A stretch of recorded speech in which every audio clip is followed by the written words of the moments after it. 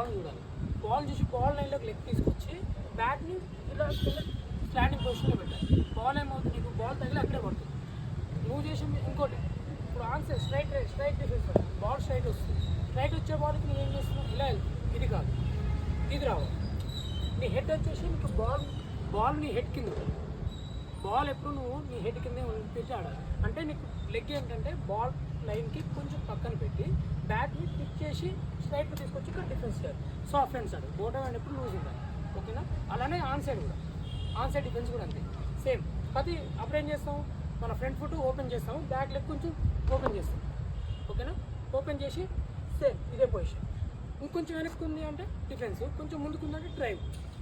Same. Head అనేది నేను ఎప్పుడు బాల్ మీద ఉండాలి, నీ ఫోకస్ ఎప్పుడు బాల్ మీదే ఉండాలి. ఓకేనా?